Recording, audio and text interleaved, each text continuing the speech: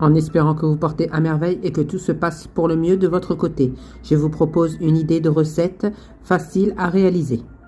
Dans un faitout, mettez de l'oignon haché, du blanc de poulet. Moi j'ai mis une grande quantité de blanc de poulet car j'en avais besoin pour façonner mes feuilles de briques. Du sel, du poivre et un bâton de cannelle. Faites revenir le tout, ajoutez quelques olives vertes et des champignons. Et en fin de cuisson, de la crème liquide. Dans un récipient, battez les œufs et ajoutez du sel et du poivre. Et ajoutez les œufs dans le poulet que vous aurez haché. Et ajoutez une bonne cuillère de fromage frais que j'ai réalisé. La recette, vous pouvez la retrouver, elle est en ligne. Ajoutez coriandre, persil et ajoutez petit à petit l'œuf battu. Ajoutez les œufs jusqu'à ce que la préparation ne soit plus sec. Si vous constatez que la préparation est encore sec, ajoutez des œufs battus. Et voici la consistance à obtenir.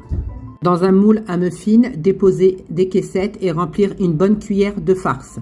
Sur certains, j'ai mis olive noire et d'autres du fromage râpé mozzarella. Enfourner à 180 degrés entre 25 et 30 minutes. Le plateau le plus bas possible pour que le fond soit bien cuit. Avec le reste du poulet, j'ai confectionné des feuilles de briques. J'ai cuit des pommes de terre, je les ai écrasées, ajouté du fromage frais, un peu de sel, un peu de poivre et du fromage mozzarella. Une partie que je vais faire cuire ce soir et le reste au congélateur. À la sortie du four, laissez tiédir et enlevez les caissettes. Résultat moelleux, cuisson parfaite. Déposez sur un plat accompagné de la sauce champignon-olive. Il faut vraiment essayer cette recette, elle est juste parfaite. Nous arrivons à la fin de la vidéo en espérant que la recette vous a plu. N'oubliez pas de republier, partager un maximum pour faire grandir ma chaîne.